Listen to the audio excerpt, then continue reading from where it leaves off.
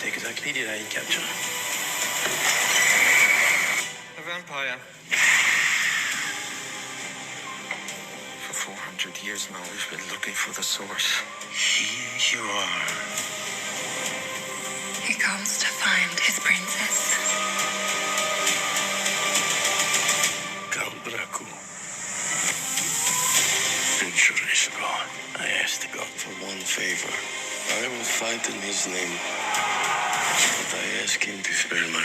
Okay, so I recently got a advanced screening to see the movie Dracula: A Love Tale, starring Caleb Landry Jones and also Christopher Waltz. Now, the story of this is not fairly simple, but it is simple at the same time.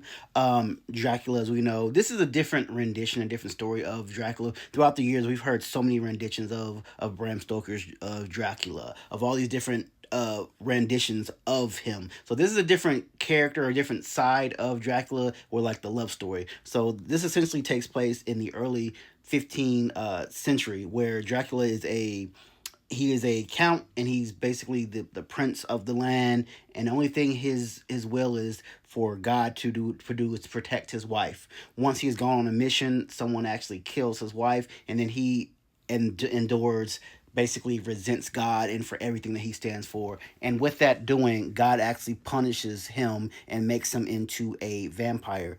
Then he goes on centuries trying to find his true love and try to have her reincarnated so he can be reintroduced to her once again, so he can actually live happily ever after with his entirely true love. Now, I have to say, I made that seem a lot easier than what I thought it was, but this movie was a mess. Like, I saw, I was just looking online, a guy said it's already on video on demand in UK.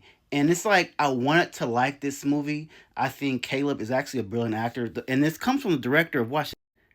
This director directed some bangers. The Fifth Element, Dogman, where he met him, The Professional, Lucy. Like, this man is talented, but he's also has some duds. Valerium was bad. Nikita, and those are some duds as well.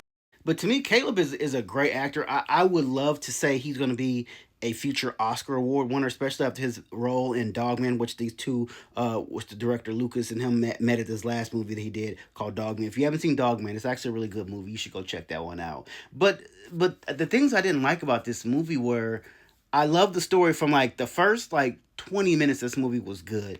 After that, it just went downhill. It was like the story was very incoherent. It was all over the place.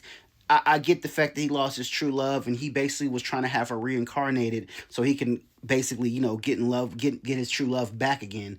But the way he went about it, it just took too long, and he was doing a lot of unnecessary things, like. And this movie kind of was over the top, like with gratuitous like sex and things like that. And I'm fine of that, but the thing about it was like the time they were doing it is like it didn't really call for it. And he went and had like this perfume made that would kind of get women all crazy around him, so he could kind of entice them to kind of find his true love.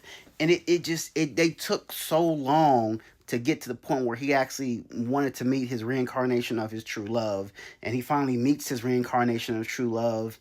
And then like there you get back together for a little bit, and then something bad happens to him at the end, and it's like he just kind of gave up.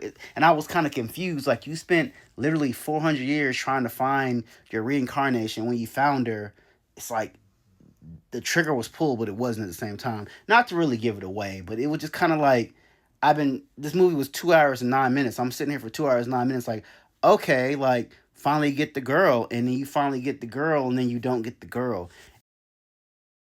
Director like Luc Besson, who is, I'm guessing, a French director. But like I said, The Fifth Element is like one of my favorite movies. He's done some bangers, but this was not one of them. This is kind of like, and this movie did not look cheap.